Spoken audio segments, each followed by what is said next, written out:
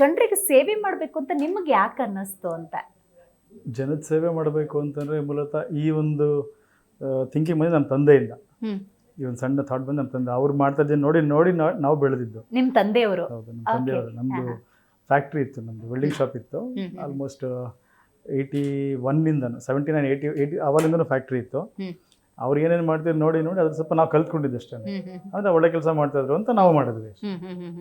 ಇಂಥದ್ದು ಯಾವುದೋ ಪರ್ಟಿಕ್ಯುಲರ್ ಘಟನೆಯಿಂದ ಏನೋ ಪ್ರೇರಣೆ ಆಗಿದ್ದು ಆ ಥರದ್ದೆಲ್ಲ ಏನೂ ಇಲ್ಲ. ಸಾಮಾನ್ಯವಾಗಿ ನಮ್ಮ ತಂದೆ ಎಲ್ಲರೂ ಹೆಲ್ಪ್ ಮಾಡೋರು, ಅದನ್ನ ನೋಡಿ ನಾವು ಬೆಳೆದ್ವಲ್ಲ, ಅದು ನಮಗೆ ಬಂತಷ್ಟೇ. ನಿಮ್ಮ ಬಾಲ್ಯ ಹೆಂಗಿತ್ತು? ಅಂದರೆ ಕಷ್ಟದ ಜೀವನನ ಅಥವಾ ಎಲ್ಲವೂ ಸುಭಿಕ್ಷವಾಗಿತ್ತು, ಈ ಥರ ಬಂದಿದ್ದ ಹೇಗೆ ಅಂತ? ಇಲ್ಲ, ನನ್ನ ಬಾಲ್ಯದಲ್ಲಿ ನಾವು ಕಷ್ಟ ಅನ್ನೋದು ನೋಡೇ ಇಲ್ಲ. ಯಾಕಂದ್ರೆ ಆಲ್ಮೋಸ್ಟ್ ನಮ್ಮ ತಂದೆ ಜಯರಾಮ್ ಅಂತ, ನಮ್ಮ ಅಮ್ಮ ಲಕ್ಷ್ಮಮ್ಮ ಅಂತ. ನಾವು ಸಣ್ಣ ವಯಸ್ಸಿಂದ ನಮ್ಮ ಕಷ್ಟ ಅನ್ನೋದೇ ಅವ್ರು ತೋರಿಸಿಲ್ಲ. ಅಷ್ಟು ಚೆನ್ನಾಗಿ ಬೆಳೆಸಿದ್ರು ನಮ್ಮನ್ನು. ಇಲ್ಲಿವರೆಗೂ ಆಲ್ಮೋಸ್ಟ್ ನಮ್ಮ ತಂದೆ 2014 ತೀರೋದ್ರು. ಅಲ್ಲಿ ಆಲ್ಮೋಸ್ಟ್ ಅಲ್ಲಿವರೆಗೂ ನಮಗೆ ಕಷ್ಟ ಅಂತ ಗೊತ್ತಿಲ್ಲ. ಅದಾದಮೇಲೆ ಅವ್ರು ಏನು ಜವಾಬ್ದಾರಿ ಹೊತ್ತಿದ್ರು ಅಂತ ನಮಗೆ ಜವಾಬ್ದಾರಿ ಬಂದಮೇಲೆ ಗೊತ್ತಾಗಿದ್ದು. ನಿಜ ಜೀವನ ಅವಾಗ ಗೊತ್ತಾಗಿದೆ. ಹಾಗಾದ್ರೆ ಆ 2014 ಆ ಸನ್ನಿವೇಶವನ್ನ ಹೇಳ್ಬೋದಾ, ಹೆಂಗಿತ್ತು? ಇಲ್ಲ, ಆಲ್ಮೋಸ್ಟ್ ಆಗೇನು ಅಂತಂದರೆ ನಮ್ಮದು ನಮ್ದೊಂಥರ ಏನೋ ನೆಗೆಟಿವ್ ಪೀರಿಯಡ್ ಅಂತ ಗೊತ್ತಾ. ಆ ನೆಗೆಟಿವ್ ಪೀರಿಯಡ್ ಸ್ಟಾರ್ಟ್ ಆಗಿದ್ದು ನಮ್ಗೆ ಆಲ್ಮೋಸ್ಟ್ 2009. 2009 ಆಲ್ಮೋಸ್ಟ್ ಅವ್ರ ಆರೋಗ್ಯ ಹದಗೆಡ್ತು, ನಮ್ಮದು ಬಿಸ್ನೆಸ್ ಲಾಸ್ ಆಯಿತು. ಸೊ ಹೀಗೆಲ್ಲ ಕಷ್ಟದ ಸಿಚುವೇಶನ್ ನೋಡಿ ನೋಡಿ ನೋಡಿ 2014 ಇಸ್ವಿಲಿ ಅವರು ಸತ್ತೋದ್ರು. 2014 ಆಲ್ಮೋಸ್ಟ್ ನಂಗೆ ಗೊತ್ತಿಲ್ಲ, ಏಪ್ರಿಲಲ್ಲಿ ಅವರು ತೀರೋದ್ಮೇಲೆ. ಸೊ ಅವರ ಒಂದು ಆಬ್ಸೆನ್ಸು ನನ್ನ ಲೈಫಲ್ಲಿ ಎಷ್ಟು ದೊಡ್ಡ ಪ್ರೆಸೆನ್ಸನ್ನು ಸೃಷ್ಟಿ ಮಾಡ್ತು ಅಂತ ಇಲ್ಲಿವರು ತಿಳ್ಕೊತಾನೆ ಇದ್ದೀನಿ. ಇನ್ನೊಂದು ಎಂಡಿಲ್ಲ, ನೆವರ್ ಎಂಡಿಂಗ್, ಅದು ಹೋಗ್ತಾನೆ ಇದೆ ಇನ್ನೊಂದು. ಹೆಂಗ್ ಜೊತೆಯಾಗಿದ್ರು ನಿಮ್ಮ ತಂದೆ ನಿಮ್ಗೆ? ಅಂದ್ರೆ ಒಂದು ಬಲ, ಒಂದು ಶಕ್ತಿ ಅನ್ನೋದಂತೂ ಗೊತ್ತಾಗ್ತಾ ಇದೆ. ತಂದೆ ಅಂದ್ರೇನೆ ಶಕ್ತಿ ಅಲ್ವಾ? ತಂದೆ ಅಂತ ಒಂದು ಪಕ್ಕದಲ್ಲಿ ಅದೊಂದು ಪಿಲ್ಲರ್ ತರ ಅದು. ತಂದೆ ಜೊತೆ ಇದ್ರೆ ಪವರೇ ಬೇರೆ. ತಾಯಿ ಅಂದ್ರೆ ಪ್ರೀತಿ, ತಂದೆ ಅಂದ್ರೆ ಪವರ್. ತಂದೆ ಇದ್ರೆ ಯಾವ್ದಕ್ಕೂ ಹೆದರ್ಕೊಳ್ಳೋ ಯೋಚನೆ ಇಲ್ಲ, ನನ್ನ ಬೆನ್ನಿಂದ ಒಬ್ರು ಇದಾರೆ ಅಂತ ಧೈರ್ಯ. ತಂದೆ ಅಂದ್ರೆ ಧೈರ್ಯ. ತಂದೆ ಅಂದ್ರೆ ಅದೊಂಥರ ಹೆಂಗೆ ಅಂದ್ರೆ ಗಟ್ಟಿ ಮನ್ಸು ಅಂತೀವಲ್ಲ, ಕರೆಕ್ಟ್. ಒಳಗೆ ಮೃದು. ಎಲ್ಲ ತಂದೆನೂ ಅಷ್ಟೇ, ಒಳಗೆ ಮೃದು, ಹೊರಗಡೆ ಸಿಕ್ಕಾಪಟ್ಟೆ ಗಟ್ಟಿ. ಬೈದ ತಕ್ಷಣ ತಂದೆ ಓ ಅಂತಾರೆ, ಹಂಗೆ ನಾನು ಬೈತ ಜಾಸ್ತಿ ಪ್ರೀತಿ ಇದೆ ಅಂತ ಅರ್ಥ. ಅದು ಕರೆಕ್ಟ್.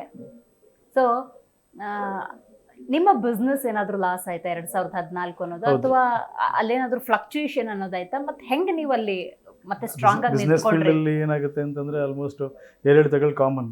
ಬಟ್ ನಮ್ಗೆ ಅದು ಏನಂತಾರೆ, ಪಾಸಿಟಿವ್ ಪೀರಿಯಡ್ ನೋಡಿ ನೋಡಿ ನೋಡಿ ದೇವ್ರ ಒಂದ್ಸರಿ ನೆಗೆಟಿವ್ ನೋಡು ಅಂತ ಕೊಟ್ಟಿದ್ದಾನೆ ಅಷ್ಟೇನೆ. ಹೊಸ ಅನುಭವ ಅದು ಹೊಸ ಅನುಭವ ಅಲ್ಲ, ಹೊಸ ಜೀವನ. ಅದು ಅನುಭವ ಲೆಕ್ಕವಲ್ಲ, ಜೀವನನೇ ಹೊಸ ಜೀವನ ಶುರು ಆಯ್ತು. ಹೆಚ್ಚಿಗೆ ಒಂದು 100 ಜನ ಕೆಲಸ ಮಾಡ್ತಾ ಇದ್ರು. ಆಲ್ಮೋಸ್ಟ್ 100ರಲ್ಲಿ -70, 50, 30, 10, 8, ಕೊನೆಗೆ 2 ಲಾಸ್ಟಲ್ಲಿ 0 ಆಗೋಯ್ತು. ಈ ಮಟ್ಟಕ್ಕೆ ಬಿಸ್ನೆಸ್ ಲಾಸ್ ಆಗಿ ಈಗ ಸ್ವಲ್ಪ ಸ್ಟ್ಯಾಂಡರ್ಡ್ ನಡೀತಾ ಇದೆ.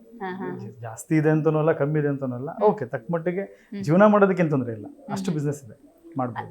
ಹೋಗಿ ಇದು ಬಿಸ್ನೆಸ್ ನನಗೆ ಲಾಸ್ ಆಗ್ತಾ ಇದೆ, ಇದನ್ನ ನಾನು ಕಂಟಿನ್ಯೂ ಮಾಡಿದ್ರೆ ಪ್ರಾಬ್ಲಮ್ ಆಗುತ್ತೆ, ಐ ಹ್ಯಾವ್ ಟು ಏನೋ ಚೇಂಜ್ ಮಾಡಬೇಕು, ಅಥವಾ ನಾನು ಎಲ್ಲೋ ಒಂದ್ ಕಡೆ ಉದ್ಯೋಗ ಮಾಡ್ಬೇಕು, ಈ ಥರ ಥಾಟ್ಸ್ ಏನಾದ್ರು ಬರ್ತಾ ಇತ್ತಾ? ಅದನ್ನ ಇಟ್ಕೊಂಡು ನಾವು ಬೇರೆ ಮಾಡ್ಕೊಂಡು, ಅದು ನಮ್ಮ ತಂದೆ ಕನಸಿನ ಬಿಸ್ನೆಸ್, ಅದನ್ನ ಬಿಡೋ ಆಪ್ಷನ್ ಇಲ್ಲ. ಅದನ್ನ ಇಟ್ಕೊಂಡು ಬೇರೆ ಮಾಡಿದ್ವಿ ಅಷ್ಟೇ. ಅದನ್ನ ಇಟ್ಕೊಂಡು ಪಕ್ಕದಲ್ಲಿ ಜೀವನಕ್ಕೆ ಅಂತ ಏನಾದ್ರು ಮಾಡ್ಲೇಬೇಕಲ್ಲ, ಹಂಗೆ ಮಾಡ್ಕೊಂಡ್ವಿ ಅಷ್ಟೇ. ಬಟ್ ಅದನ್ನಂತೂ ಬಿಡೋ ಥಿಂಕಿಂಗ್ ತಲೆಯಲ್ಲೂ ಇಲ್ಲ. Very nice. Zee Kannada news ಈಗ ನಿಮ್ಮ ಮನೆಯಲ್ಲೇ ನೋಡಿ. ಎಲ್ಲ ಕೇಬಲ್ಗಳಲ್ಲಿ ಈಗ ಲಭ್ಯ.